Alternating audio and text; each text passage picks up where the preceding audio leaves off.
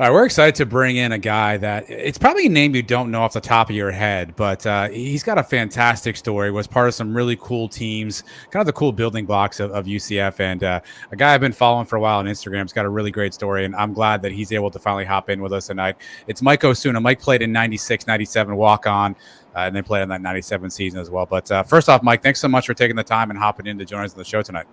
Thank you guys for having me. I'm excited for this. So usually I start these interviews off and I ask the guest, tell me a little bit about your story coming to UCF. And I normally would do that with you, but you've got such an interesting story prior to your arrival at UCF and some of the things that you kind of went through that I think, A, a lot of people don't probably know about it, and B, I think is really interesting. So I'd love to kind of start, and I know this is kind of a sensitive topic, but I'd love to kind of start with, your early childhood, and you had some medical issues pop up when you were a kid that you had to kind of go through. Can you maybe talk a little bit about that, share a little bit about, that story and kind of what you went through, even as you're growing up as a kid? Yeah, I was born to a Cuban mom and an Argentine dad that was big into racing, and my mom was not into sports at all. That kind of paved the way for my story a little bit here. And I was born with a birth defect, and I was also suffered from some childhood illnesses. So growing up, I was skinny and frail, and I was healthy to run around and do all these things, but my mom wanted to keep me away from sports as much as possible, and especially football. And football is a sport that I fell in love with, and I wanted to pursue it as much as I could. So I was always on and trying to get her to put me into Pop Warner, some youth sports. And because of my condition, and she was worried about me getting hurt, and she wasn't a big football fan because all she saw was what was on TV, and it's pretty brutal and violent back in those days. She kept me away from it as much as possible. The only thing she actually let me play or participate in was wrestling my 8th grade year. And I was, just to put it in perspective, I was 103 pounds in the 8th grade. And back in those days, we went into 9th grade in junior high, and then high school started in 10th grade, our sophomore years. So it wasn't until our sophomore year, my sophomore year, that I begged my mom to let me play some sort of organized sports, and I told her I'd be careful and so on and so forth. I went to a school where my cousin played at, so she allowed me to play football. So my first year of organized sports of any kind, and football, was my sophomore year in high school. That sophomore year I came in, I was roughly 140 pounds, 145 pounds, and never played organized sports. The helmet kind of wiggled on me. They didn't have any real pads for me, and went into JV at Cole Park Senior High, and they asked me what did I play before. I said I never played any type of football. So they put me at tight end. That must have lasted 4 or 5 plays. Dropped every single ball that was thrown at me. And they realized, okay, this is a defensive kid. Let's just put him in a spot somewhere on defense. And they put me at defensive end, kind of an outside linebacker position as well. I played 4 games my sophomore year. I got benched the last 2 games of the season because I couldn't even hold containment. So I rode the pine for the last 2 games. And then, unfortunately, going into my junior year, I wasn't big into academics. I was a goofball. I rather clown around, and I was ineligible my junior year to play football. It was a blessing in disguise. Now, looking back, hindsight being 2020, I was able to just hit the weight room, hit the school, pay a little bit more attention, and put on about 50 pounds. So come my senior year, I now hit a growth spurt, and I was 6'3", 220. So the coaches were a little bit excited about it. I was coming back, and we were getting ready. We were prepping, doing some off-season workouts during the summer. And then, as you guys know, Hurricane Andrew struck. And Hurricane Andrew devastated South Florida, especially the lower Miami area. We had to, I believe we canceled 2 weeks of school, which jeopardized 3 of our games. So here I am going into my senior year, 4 games as a JV guy, didn't play my junior year, and now I'm realizing I only got 7 games to try to put my eyes on some of the colleges out there to try to get a scholarship. I didn't think it was going to happen, but luckily for us, we had a guy by the name of Pistol Pete Gonzalez that lit up the scoreboard and lit up Dade County and brought a lot of these recruits down to Miami Coral Park, where typically they wouldn't go to find talent. So he ended up actually at Pittsburgh Panthers, where he broke a bunch of Dan Marino's records, and he actually ended up beating the Hurricanes at the Orange Bowl. This is back in the Orange Bowl days. So he made a big name for himself. He played for the Steelers a couple games in the NFL.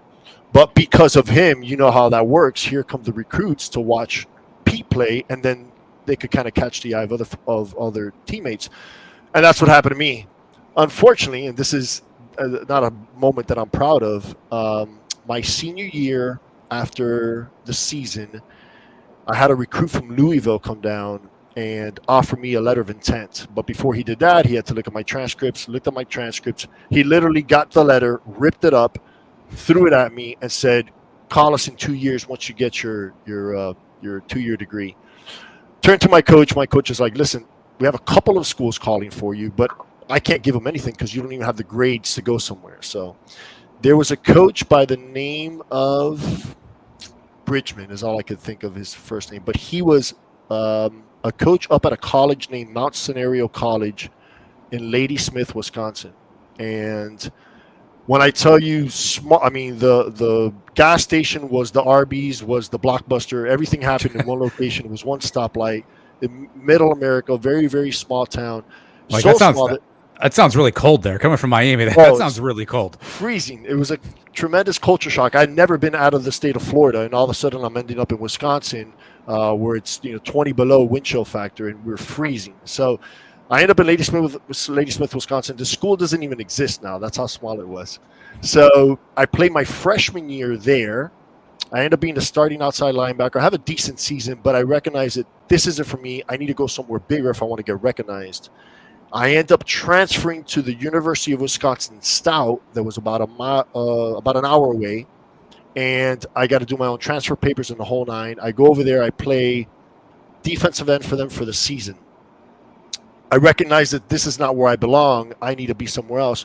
So I recollect that coach had mentioned something about UCF, and UCF at that time wasn't what UCF is now. So I'm going to assume that everybody in college football right now knows who UCF is. Well, back then, when you say UCF, you had to say Central Florida. You had to be specific because not a lot of folks knew. So I remember that coach had mentioned something about UCF, and I contacted, I believe I first spoke with Alan Gooch. And Coach Gooch said, listen, there's really nothing that we could do for you.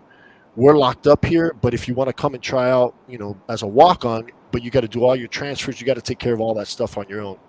So my sophomore year, I transferred from University of Wisconsin Stout to Miami-Dade Community College, where I got my 60 credits, and then transferred to the University of Central Florida. And I remember going to University of Central Florida, and on walk-on day, I bumped into Coach Van Gorder, and it was the hallway full of coaches, and he said to me, so everybody's betting that you're going to run under a 4.7. I'm going to guess a 4.9. And I said, why? Because I look goofy? And he goes, I'm not the one that said it. You said it. So it was nerve-wracking, but it was exciting now to prove him wrong, and I did. I think I ran like a 4.740 or something like that day. But that's how I walked on to UCF. So I walked on. That was the first year that they transitioned over to Division I.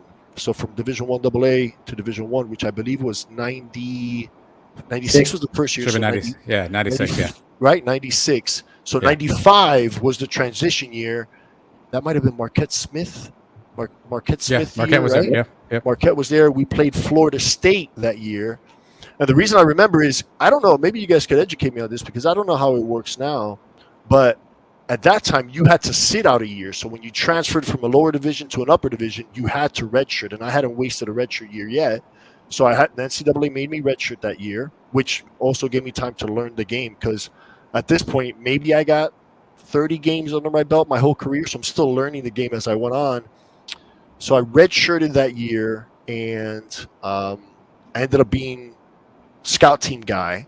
And if you guys know scout team guys, we have nothing to look forward to because there is no games on Friday or Saturday. So the offense kind of hated me because Tuesdays was my game day, because Tuesdays was full pad, full go, and I would go 100 miles an hour because it's the only day that I had to really play actual live football.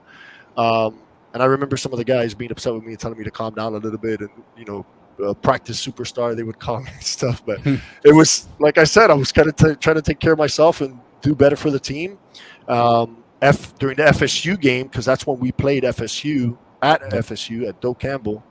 Yep. I was Michael Boulware. So I remember the scout team coach saying, listen, you're Michael Boulware, I believe that's who it was. Sure. Gave me a number 58 jersey, said, mimic and do everything that this guy does because that's who you're going to be in practice all week long. So that's how I ended up at UCF, was just continuing to transfer from one school to the next, just looking for a better opportunity.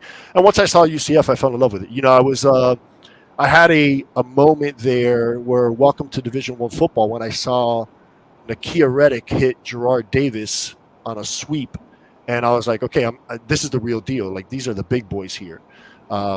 I know that was a little bit before your time, but a lot of these guys really stuck out to me because I recognized, like, this is where I need to be. This is where these guys will push me to get better and better and better. And the competition was a lot fierce. So I think that's where I kind of grew into my own and understood the sport. And they put me at a very easy position, which was pretty much light up in a wide 9 and just rush the passer, you know, keep containment. But that's where I found, like, my true place was at UCF. And then 96 we started, which was Division I. I was the part of that first team that started Division I program. So you got there under Gene McDowell. So he was the head coach when you were there. What was Coach McDowell like? I mean, he's not obviously, he's passed away at this point, and so, you know, he's not around the program, obviously. But what was he like as a coach? Because I think he's kind of forgotten when you think about some of the great coaches in UCF history. You know, as a 20-year-old kid coming in, he was intimidating, to say the least. You know, I knew his history with FSU and Bowden and those guys, and he carried that demeanor with him. I maybe spoke to him just a handful of times. I was very close to my position coach, Coach Cox, that also passed on, but I wasn't very close to Coach McDowell. I know that him and I got it. He got under me a little bit. I had a tendency to fight a lot in practice. I don't know if it's this Miami thing or what. But I think I got underneath his skin. And I remember the Georgia Tech game. Kevin Reed and I were the wedge protectors. So the guy that came down to break the wedge, we were the wedge. And I'm sorry, I'm lying. It was the University of Alabama Birmingham game. And when I turn around, Kevin Reed is getting slammed by the linebacker that broke our wedge.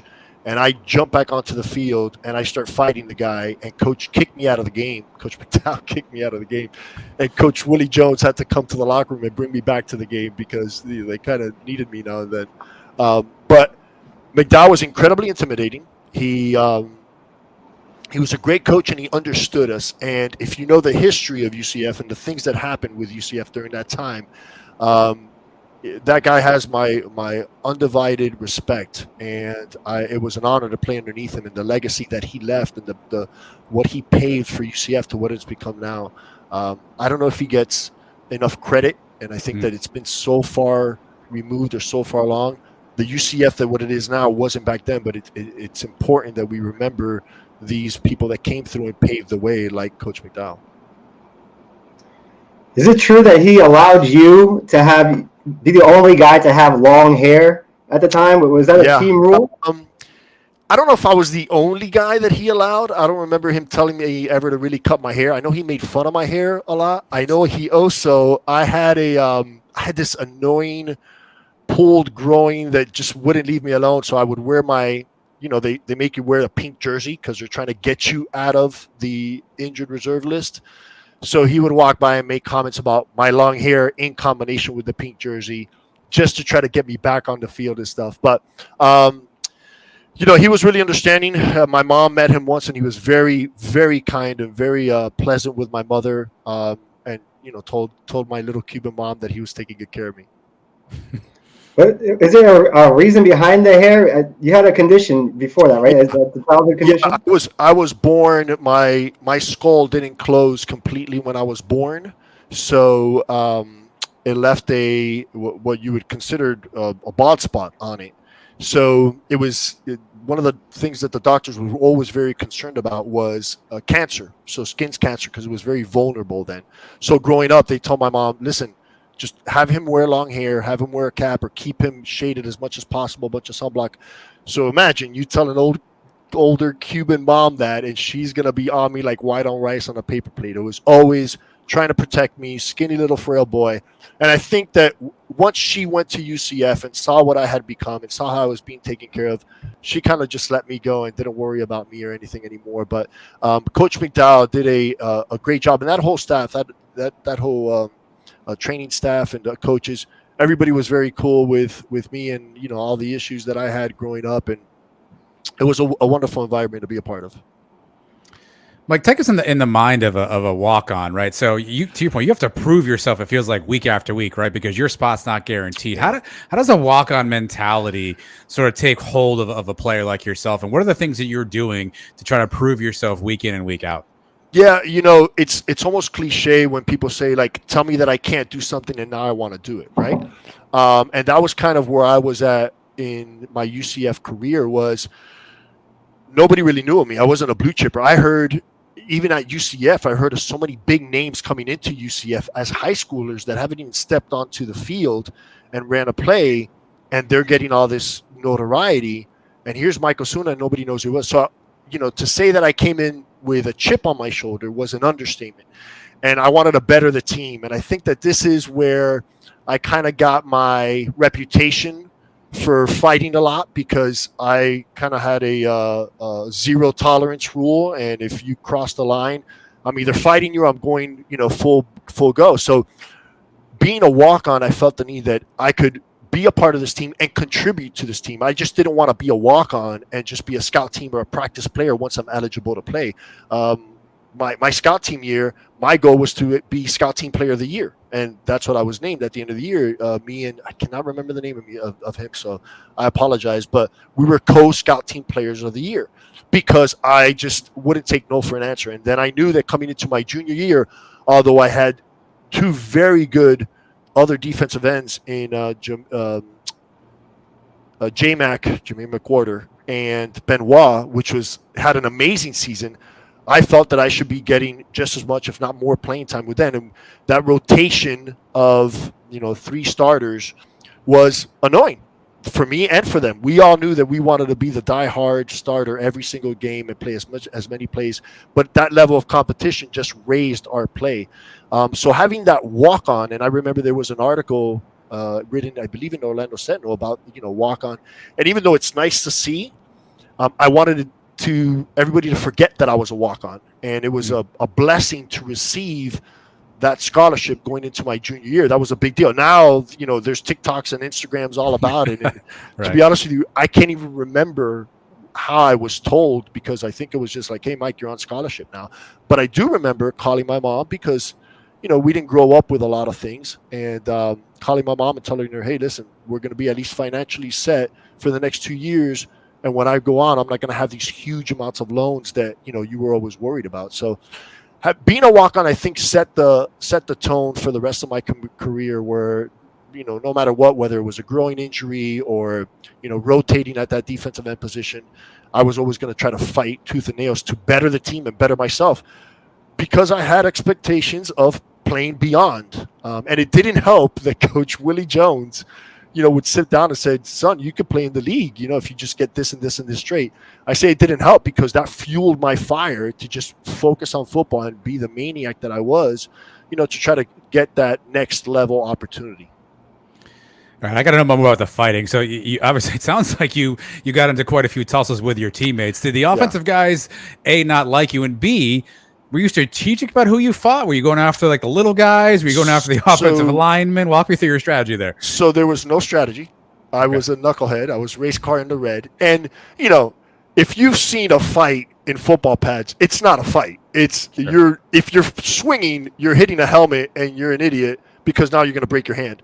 But I always felt the need to defend myself or defend my teammates. And there's the most memorable story of a fight where I almost got kicked off the team, and maybe Dante remembers this, maybe he doesn't, maybe Coach Cruzick remembers this, maybe he doesn't, but Justin Moore, it was the last week of the last game of the season, and we're doing pass protection, and Justin Moore, my defensive tackle, was getting bullied, and he got lit up by Marcus, and then he got lit up by Cornell Green. And if Cornell Green ever watches this, he could testify to this. And then Dante, I have no idea why he's messing around with us in pass pro. He lights up Justin. So I take off and I light up Dante. And I remember, all I remember doing is hitting Dante's feet. I mean, this is the million baby, right? His feet passing my head, him laying down, and I think, oh my God, I killed this guy. Like I ended his career. And Coach Cruzick ran up and says, if you would have heard him, I would have sent you back down to Miami. And I'm like, Coach, is he even okay at this point? And he was great. He gets up, he's laughing at me. He's like, I'm going to get you soon, that type of stuff. But, it never followed me into the locker room. And I don't believe, to answer your question, to this day, I'm still staying in contact with some of those guys. I don't believe that there was any animosity. I just believe that they realized this guy just wants to play. That's all I wanted to do. I want to play football. I want to contribute to the team. I want to make the team better. I want to make myself better. So there are scuffles, but McDowell had enough of it. He said, Mike, just enough with the scuffling. You just do it way too often. But it was a good time. It was all in good fun. Nobody got hurt out of it, but it's unfortunately something that followed me around for a couple of years. So Adam and I got to campus in '98, and I didn't know anything about UCF myself. So I was asking a couple of my buddies, and they said, yeah, this past year, they're like the best 0-3 team in the country. We lost a 1-point game to Mississippi, 2-point game to South Carolina. We're beating Nebraska at halftime in week 3. What do you remember about the start of that season in those games? Yeah. So coming out of our junior year, it wasn't I wouldn't say it was the hardest of schedules, not to disrespect any of those teams. And we ended up 5-6. So we came into at my senior year, 97, which was Dante's junior year, with a little bit of a chip on our shoulders. And we now had a schedule that we could get excited about. You just named them.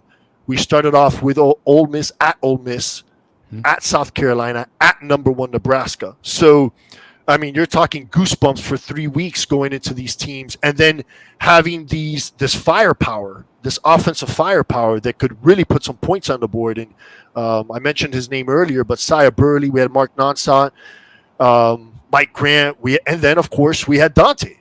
So we knew that we could compete with these guys. So going into that game, look, I had the best seats in the house to watch Dante's career. And every time I tell somebody that I played with UCF, it always comes down to, did you play with Dante, especially knowing how old I am. I'm like, of course. And I have a running joke. I asked Dante a couple of years ago. I said, when you tell people that you played at UCF, do they ask you if you played with Mike Osuna? He's like, no, nobody knows who you are, buddy. But of course, we go into these games, and I'll never forget being on the sideline, watching us about to win in overtime against Ole Miss and setting the tone for the rest of the season. I think the guard gets pushed back, steps on Dante's foot as he's doing a QB dive, which was wide open. He could have literally walked in there, but he has his foot stepped on. He falls down, fumbles the ball. We recover, but the rule is the same guy that fumbles into the end zone has to recover it. So I think Kenny Clark might have recovered it. Anyways, we lose that game. Then we go to South Carolina. We give them a hell of a game. We lose that one. And then we're up 17-14 at halftime in Nebraska.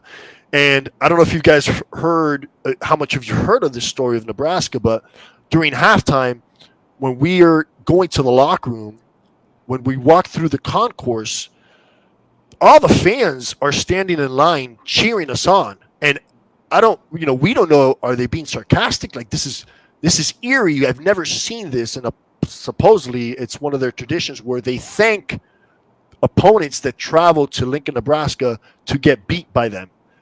But mind you, we're up 17-14. And I think that's when Lee Corso, if I remember correctly, there was a breaking on ESPN or something, an update, and that's when he called us the best 0-3 team in the nation, which is weird because it's a compliment, but yet it's an insult because we can't win a game. But Dante was a huge part of that. And, his surrounding cast and crew, and obviously the stuff that Coach Cruzick put together, it was an exciting year, to say the least. Their quarterback in that game, obviously we got to know him a little bit more. Scott.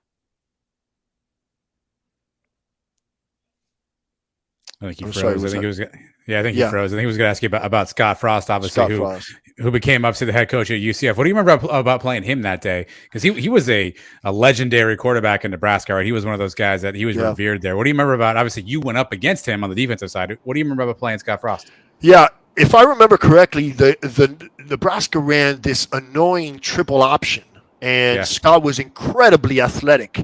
And you have these linemen.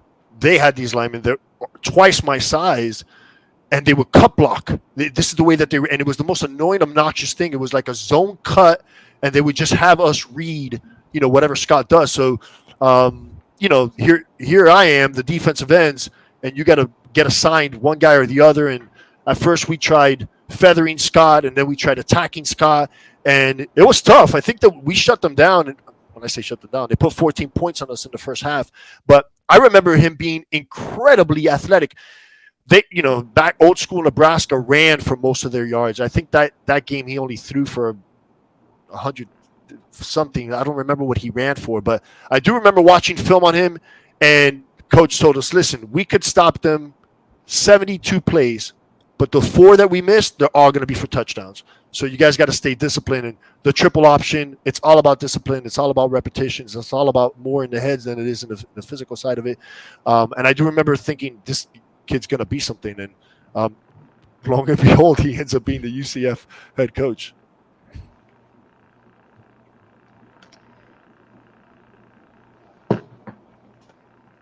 So, following that game, what was the rest of the season like? Because, you start off 0-3, and it's easy for a team to kind of just say, all right, that was it. We had our best chance. But take us through the rest of the season. How do you guys keep your heads up and fight through the rest of that year? Yeah. We ended up having some good games after that. I think we won a couple after that, and then we end up at Auburn. And that was another, goosebump moments where you end up playing Auburn and they're doing the War Eagle, and here it comes down. And the rest of the season, for me personally, was exciting because, again, we're playing these big name schools. We're also going back and forth with smaller schools and, enjoying those wins at home in front of our Citrus Bowl crowd. Because back in those days, we did – what's up, my man? Back in those days, we didn't end up playing – we didn't have the bounce house, what it is now. We actually had to go and play it at the actual Citrus Bowl. So even if we had 30, 40,000 fans, the upper bowl's empty. It didn't have that energy that the bounce house does now. So when I look back at the season, we had a good win against Eastern Michigan. We had one against Idaho. So we had some good victories throughout the season, but those first 3 games really set the tone.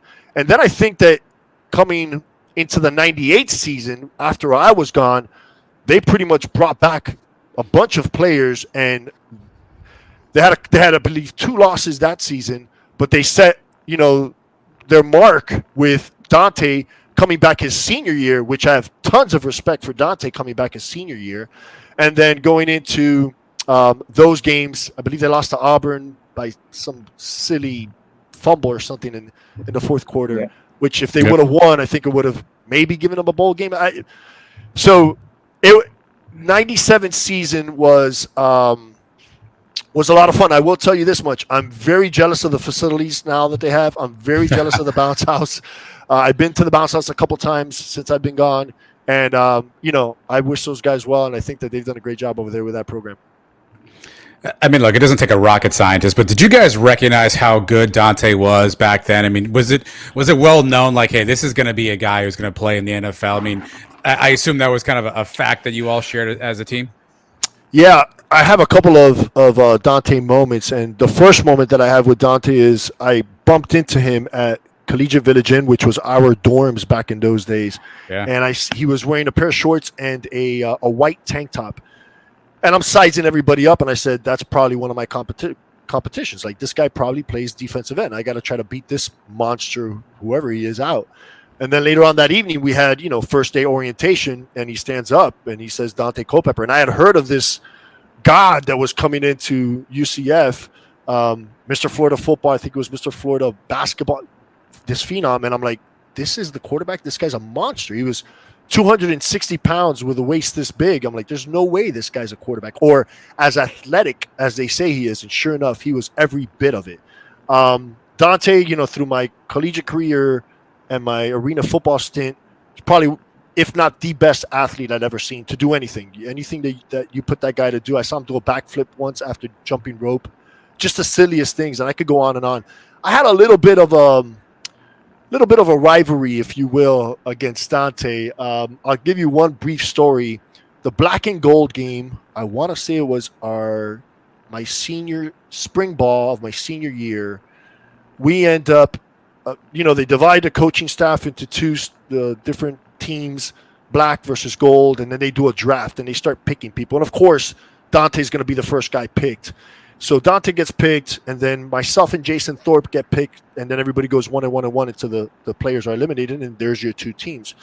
Well, going into the last drive, we went into a 2-minute drill, and we got fans around, and we got referees. It's a full-blown spring game, and I must have touched Dante with his red jersey on 4 or 5 times throughout the scrimmage, and at no point did any of the referees stop and call it a sack.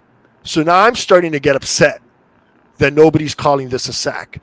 And here they are driving down, and we're down by 4 or something, and they're driving, and I beat my guy on an inside spin move. Dante boots out, and I could see him about to throw, and I'm like, this guy's going to throw it. They're going to score. They're going to win the black and gold game, as silly as that sounds. So I decide, stupidly enough, to knock the ball out of his hand when he goes to cock back to throw it. So I dive, hit the ball comes out of his hand, knocks out. My team goes crazy. Everybody jumps on me. We're celebrating now. Coach McDowell calls us up. Everybody take a knee because it's the end of the scrimmage. And all of a sudden, I get hit with something. My helmet spun sideways. I'm looking out of my ear hole. And it's Dante that speared a ball at me because he was upset that I knocked the ball out of his hand as opposed to touching him. And I told him, listen, if I would have touched you, they wouldn't have called it a sack. You would have won, and I couldn't live with myself. So he's like, you could have hurt my arm. And I'm like, again, I completely understand. I apologize. But Dante, one of the most humblest guys that I've ever met. I mean, I'm sure have you guys had a chance to have him on the Not podcast? yet, no. We have not. Okay. Completely humble, lay low type of guy, was never full of himself, was a jokester inside the locker room, very kind. I spoke to him maybe 2 years ago. I sent him a text, and I don't know if he just doesn't text or he's one of those guys. Sent him a text, and he immediately calls me back, and we had a long conversation just catching up on all the years that we've missed and stuff. But that guy, what he did for UCF, you know the story, that, became eligible. Everybody came back to recruit him, and he stuck with UCF. And then his senior year or his junior year, he could have left to the NFL, stuck with UCF because they stuck with him. So those things right there just show his character. But again, legendary stories like the Bo Jackson type of Dante doing just one athletic thing after the other. And I had the greatest seat in the house, if you would say, because very rarely did I sit down unless coach is talking to us on the sidelines. I always wanted to stand up to see what he did next. He had a 70-something yard sprint up the middle against Kent State. I don't know if you guys ever seen that film, and I could send you guys the link on Instagram. But the DBs both have an angle on this guy, and it looks like they're going to catch him. And sure enough, he's so deceptively fast that they end up losing the angle and trail him as he runs into the end zone. So it's just one story after another with Dante being Dante. So you ended up doing a couple of cool things after football. After you're done at UCF, you were in a couple of movies. You're right. You were in The Waterboy. I saw a picture of you standing next to Henry Winkler on the sideline. And you were also in Any Given Sunday. Yeah, so after my football career, I wasn't sure what I was going to do with my life. I still wanted to play football. I signed with an agent, but my girlfriend at the time had seen a poster or a flyer about tryouts for this new Adam Sandler movie. And apparently what Hollywood does, what I learned later on, is they go and they get guys to do, it's called second unit football stunts, to do the actual hitting on the football movies, or they get arena football players. So I had just graduated. I wasn't getting really any looks or anything from NFL guys. I saw this opportunity, so I jumped on board with it. And then after I did The Waterboy, I made a connection with those Hollywood folks. And when they did Any Given Sunday down here in Miami, they contacted me. I kept in touch with some of them, and they said, hey, we're doing another movie here Any Given Sunday. We need some football players. Why don't you come and try out? And I went to the casting. I did all that. So I had my short little stint in Hollywood. And my wife says that I've lived like 10 different lives because I have a little chapter and everything. And that was my Hollywood chapter, was those two football movies. Did you get any encounters with Pacino or Sandler themselves, or are you just kind of stuck in the background? Sandler, another salt of the earth type of guy. He's nicest, kindest, humblest human being I've ever met. Pacino, untouchable. Everybody gets ready. You're ready to go, and they bring in Pacino. He says his line, gets back in the cart, and he's gone. Never really on set, never really hung out. I got a picture with him only because I begged his security guard to let me stand between him and the cart. So that's how I got it. But everybody else, very down to earth, very cool. We were together with these guys for 6 months. we're playing video games with Jamie Foxx and Bill Bellamy and poker and just shooting the crap with them all day long because they became one of us and us one of them. So it was a really cool experience. You also spent time in arena football too, Mike. Tell us a little bit more about your experience playing arena ball. How for a big guy like you, how was it to adjust to sort of that faster indoor, smaller field? What was that adjustment like for you? Yeah, I think 2 years after I had graduated, I moved back. I came to Miami and I moved back to UCF, and I wanted to pursue football. And I was getting back into shape, and I was probably bigger than I had been at UCF. I was probably 250 around that time, and I don't know if you guys know Rick Hamilton played linebacker at UCF and then bounced through every league that you could think of. So they were down 2 or 3 fullback linebackers, and he called me up because he seen me working out at the UCF weight room. He's like, "Hey, they're asking for 2-day contracts. Why don't you come and try out? They're looking for another fullback linebacker." And I went up there and I did very well on defense. Not so well on offense because I never played on the offensive side of the ball. And when I say offense, I mean blocking. So I had a lot to learn in a short amount of time. But I was lucky enough that Jay Gruden signed me from that 2-day contract for the year. And that's kind of how I ended up in arena football. And the transition was incredibly difficult to adjust to because not only the speed of the game, but the offensive side of blocking, and then now going 7.5 minutes nonstop. So that was my old wrestling cardio days that I really didn't necessarily need while playing defensive end. Yeah, I was in good shape, but not wrestling arena football shape. So you guys know a little bit about it. You're playing offense, you score. Now you got to go and, the extra point, then you got to kick off, then you got to run downfield. Now you got to play defense, and you don't get off the field for 7.5 minutes. So, and they have substitution rules and all that. So that was a lot of fun. I enjoyed the defensive side of the ball. I hated the offensive side of the ball, but it came with the territory. So that was a good time. I believe I ended up playing 2 years in Orlando, 1 year in Dallas, and then I got cut by the Detroit Fury by Tom Luganville, which is a sportscaster now. And on my way home, I got a call from the Las Vegas team, and I was deciding with my girlfriend at the time, like I was already looking into firefighting. Do I want to continue to pursue this? I'm getting old. This is beating my body up. Where do we go from here? And I decided just to hang him up at that point and then pursue another career. Well, Mike, you mentioned you've been obviously up to Orlando a few different times since you left there. What are your thoughts on kind of what UCF's grown into? I mean, the campus is way different from when you, Mike, and I went there. What are your thoughts at what you see of UCF today when you get a chance to go back there? First impression, it's a full-blown Division I program, and that's the thing that I'm proud of the most. Is that when I took that tour a couple years ago and I looked at the strength room, and when we were back there, it was Wayne Dench. It was a double-wide trailer with equipment. It was offices with carpet, and this is where we're back squatting and deadlifting, and it was just incredibly awkward to see this full-blown facility that we had seen and visited when we went on our trips, visiting the Georgia Tech locker rooms, the Auburns of the world, and these other facilities. Now we could not only be on par with those schools, but also bring recruits. And I think that's, every little step that we took getting to where we are now, I think it was a component of, bringing the recruits on board and having something to show them. So my initial thought is, like I said earlier, obviously jealous because of all the amazing facilities. I remember we didn't even have an indoor facility. We would get rained out, as you guys know. You guys still live in Orlando. It rains practice time. There you go with the rain, and here comes the lightning. So we'd have to cancel practice or move it inside of Wayne Dench to do walkthroughs, or inside of the gym to maybe do 50% speed. So you're missing a lot of training opportunity or practice time because you just don't have the reps. And now with the facilities that they have, it's incredibly impressive. The energy is through the roof. I just met a couple that lives out in Destin, and they said to me, our daughter is begging us to go to UCF. UCF has become the new UF. It's the new cool school to be at, where all the kids want to go. And that makes me really proud that I was part of that initial infrastructure that kind of paved the way there. But I just wish it looked like that when I was there. So you're obviously a big UCF fan. Now living back in Miami, do you take the chance? Now that UCF's been pretty good these last few years, do you talk a lot of trash down here as a UCF fan to your Miami friends? Yeah, so I'm kind of they call me wishy-washy down here because I grew up a Hurricane fan. So the Hurricanes will always be near and dear to my heart, but I'm a UCF alumni and obviously an ex-athlete for them. So it just depends on who's playing and where I'm at. Now, if UCF plays UM like they did years ago, I'm a UCF guy through and through. But I do talk a lot of trash. I do think that what helped me out was I saw the banner and one of the national championship banners. So I, like every other UCF fans, call them the national champs, and I still say it to this day.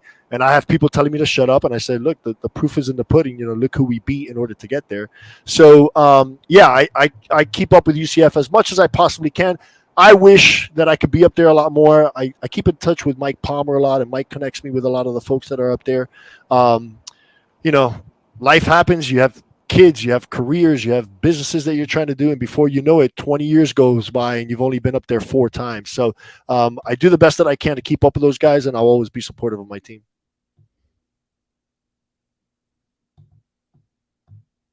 I think you stunned Mike with that answer, Mike. But you're also in your spare time. I know you do some personal training, you do some coaching. I know you're heavy into the fitness industry. You've got a little I'm going to call it a special going on right now, but you got something you're doing kind of cool to sort of give back a little bit and help some folks get in shape. Can you tell us more about what you're doing now with your new program and how people get in touch with that? Yeah. So I've owned a CrossFit gym now for about 12 years. And I do personal training on the side. I do a little bit of nutrition coaching, and I'm recognizing that guys my age, I'm 47 now, that I see on Facebook, Instagram, and then run into. I'm still very close with my high school teammates. We see each other once a year, and they don't look so good. They don't look so hot. Why? Because we've been pursuing careers, we've been raising kids, and that takes a toll on us. And when you got to prioritize, making money, feeding the family, or keeping your 6-pack, you're always going to pick, for the most part, raising your kids and taking care of your family. But you could do both, and there's a possibility to do both. And I think that when we were, growing up, there was no information, there was no YouTube, there was no Google, none of that was available. And then now there's so much information that there's misinformation out there when it comes to exercise and nutrition. So what I've developed is it's called Neversoft Training Camp, and I'm mimicking kind of what we went through in football camp at a lesser degree to teach these guys over 5 weeks of what it is to stay in shape yet live a happy, balanced life. So it's not one of these rigid, restrictive diets. You don't have to power clean 225 pounds. It's just what's the minimum effective dose where we could get you to a healthy body weight where you're proud of and live longer and still happy. So that's what the Neversoft Training Camp is about. I have a few people on board, and most of those people I mentioned earlier come from Facebook, are in their mid-40s, know that I have a history with physical fitness, and I do the best I can to stay in shape, both firefighting-wise, career-wise, because it's needed, but also because I'm a gym owner, and it's my livelihood and it's my passion. So staying active is what's important to me, and getting people now involved is also important to me. I also just collaborated with the city of Miami now that we're going to be giving back and doing a free workouts for inner city children that don't have access to a fitness trainer, a fitness coach, because this thing's expensive. I know, I charge the money. So these kids that don't have the availability to go out there and hire a coach or nutrition coaching or a dietitian and stuff, we're ready to give back to these folks. So we're going to be doing weekend workouts. We're going to be handing them flyers. Here's your homework for the weekend is 2 or 3 workouts, and come back to me and stuff. So a lot of cool things happening on that end, and that's my passion. I'd do that stuff for free if I could. Where can people find out more about the Neversoft training program if they want to look into it? So the easiest way is through my Instagram. I use that as a broadcast channel. So it's at Mike.Osuna. And I have the link on the Neversoft program. If you go to my bio, you click on the link, and it's very detailed on there. A lot of folks say it's intimidating. It's really not. I had my first interview today. It starts in September, but I'm starting to onboard people already. She's about 100 pounds overweight, and after walking in there, she gave me a hug, and she's like, "I'm so ready to take this on." And that alone is worth itself in gold, So if I could help her out and help the other 14 participants, I'm excited to do so. You said it's like football camp. You're not going to drive to my house and hit me like Dante, are you? No, and this is the problem with the messaging. Okay. I just want to make sure. That's incredibly intimidating. I gotta call Dante and see if he even remembers that. I have the film, and then looks like the cameraman gets so wrapped up in the moment that as he goes to follow it, he steps off, so you miss the hit. I wish I had that hit. It would be all over my Instagram. Yeah, we gotta get the story from Dante. He might have a whole different story here. Yeah, I'll shoot him a text and see if he remembers the story, and I'll get back to you guys. So I can. What are you benching right now? First of all, and what is your max? I got a bum shoulder, so I don't really bench that much anymore. I do mostly like dumbbell presses. My thing is squatting, so I'm a squatter. I love squatting. You can never tell with my chicken legs; they just don't develop the way that I want to. But I'm 47. I'm still squatting in the 400s, so I'm happy about that. You know. And were you giving Dante a run for because we've heard legendary stories of Dante in the weight room back at UCF too. Were you battling with him back then too? So. If I remember correctly, Dante never worked out with us. And the reason he wasn't allowed to work out is because he would just pack on muscle. So imagine a 6'4.5" guy, 260 pounds of all muscle. And his, I don't want to cuss on here, his glutes, his butt was ginormous. And the glutes are the most powerful part of your body. Hamstrings, thighs, he's just a huge human being. So what I heard, what the rumor was, is that they would send him to the engineering department to work on some contraption that helped with his mobility, but really hindered his muscle development. That guy could have been any position that he wanted to, really, with his size and strength and speed. But we never went out in the weight room. We did sprint a couple of times, and I'm going to put it on the record here. I beat him every single time. There's no video of that either, I'm sure. Of course not. Well, you were stronger than Dante, but could you out curl Coach Cruzick? No. So Coach Cruzick, especially now being at the age that he was when I was there, 47, he's my hero. That with his small little short shorts, his amazing tan, his six pack. I mean, that guy, absolute legend. I love Coach Cruzick. Yeah, man. I still aspire to look like what he did back then.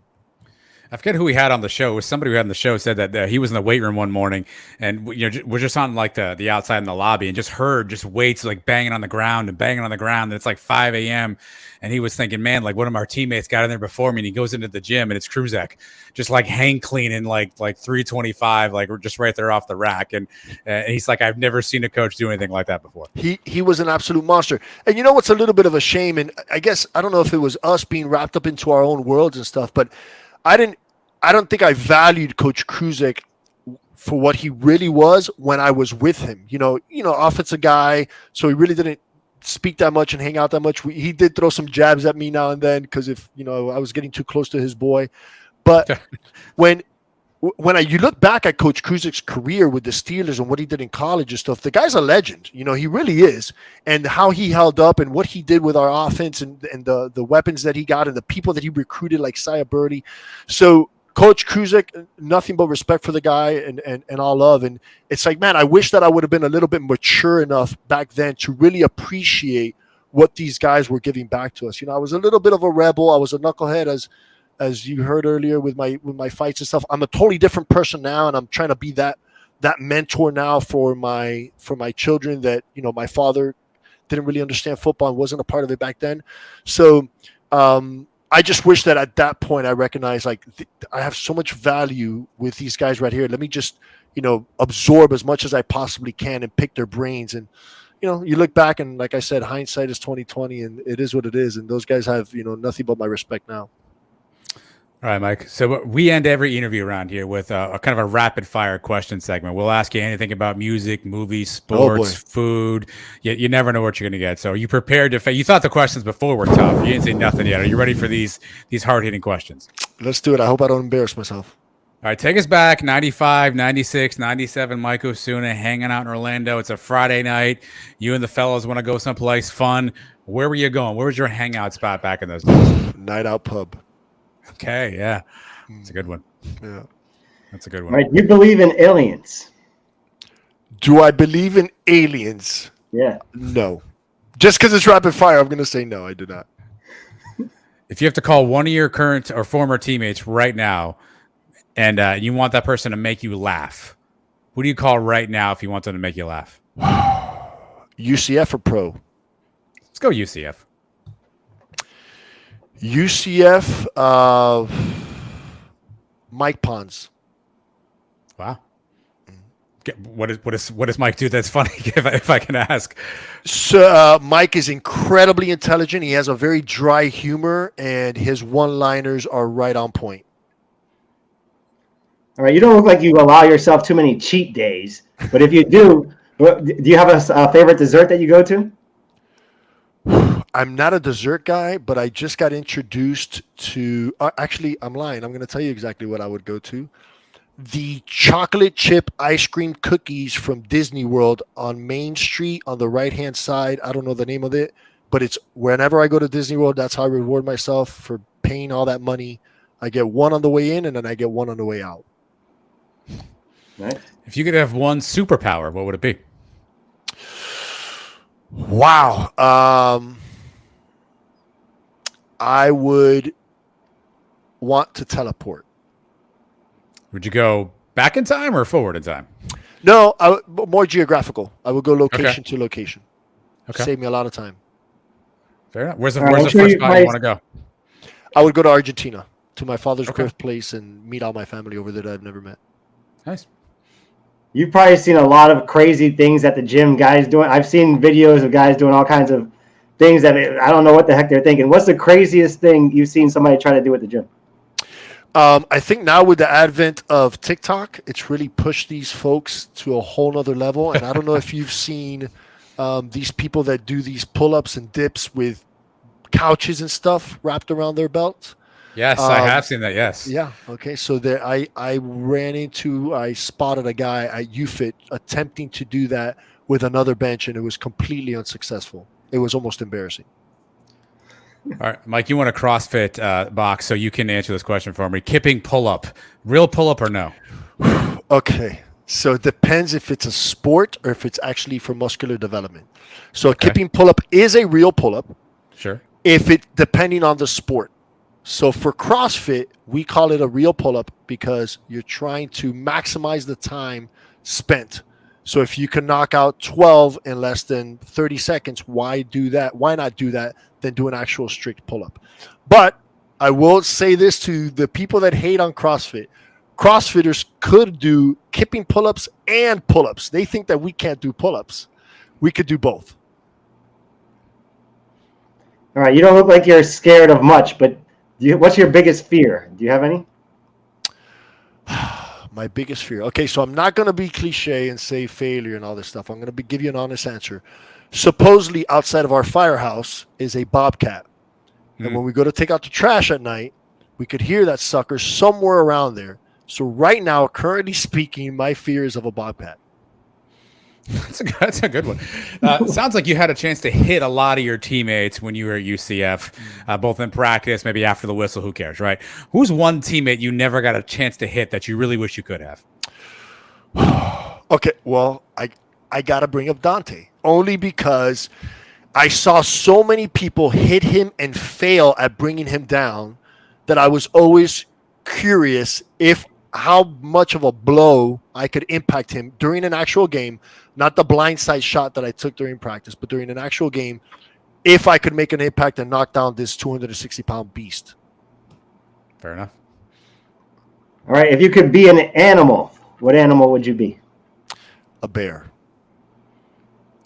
I was sure you're going to say a bobcat on that one. That would have been a perfect symmetry. Mike, look, we appreciate you taking the time to join us tonight and tell your story and talk a little bit about your experience at UCF. Again, I think a lot of folks probably haven't heard your story before and maybe didn't get a chance to know your career, but we're definitely glad you had a chance to join us here and educate us a little bit. And got any plans to get to Orlando this season? Any chance you're going to make it up for a game? Yeah, I was just texting Palmer right now, and I told him, Palmer, I can't get my hands, even with my little connections, I can't get my hands on homecoming tickets. He's like, dude, come up here, talk to some of the boys, come into the tent. We'll figure it out. We'll get you in there. It's not a big deal. So I'm looking to get up there for the homecoming, which I believe is Cincinnati this year, correct? That's I correct. think Yeah. so, yeah. Yeah. That's going to be a big one. Yeah. So that's what I'm Well- looking to do. Even if I just end up tailgating and not making it into the game, it is what it is. I just want to see the boys. Well, UCF is going down to FAU in your neck of the woods there as well too. So that's another opportunity. We'll have a big tailgate set up down there for folks too. So we'd definitely love to see you down at FAU.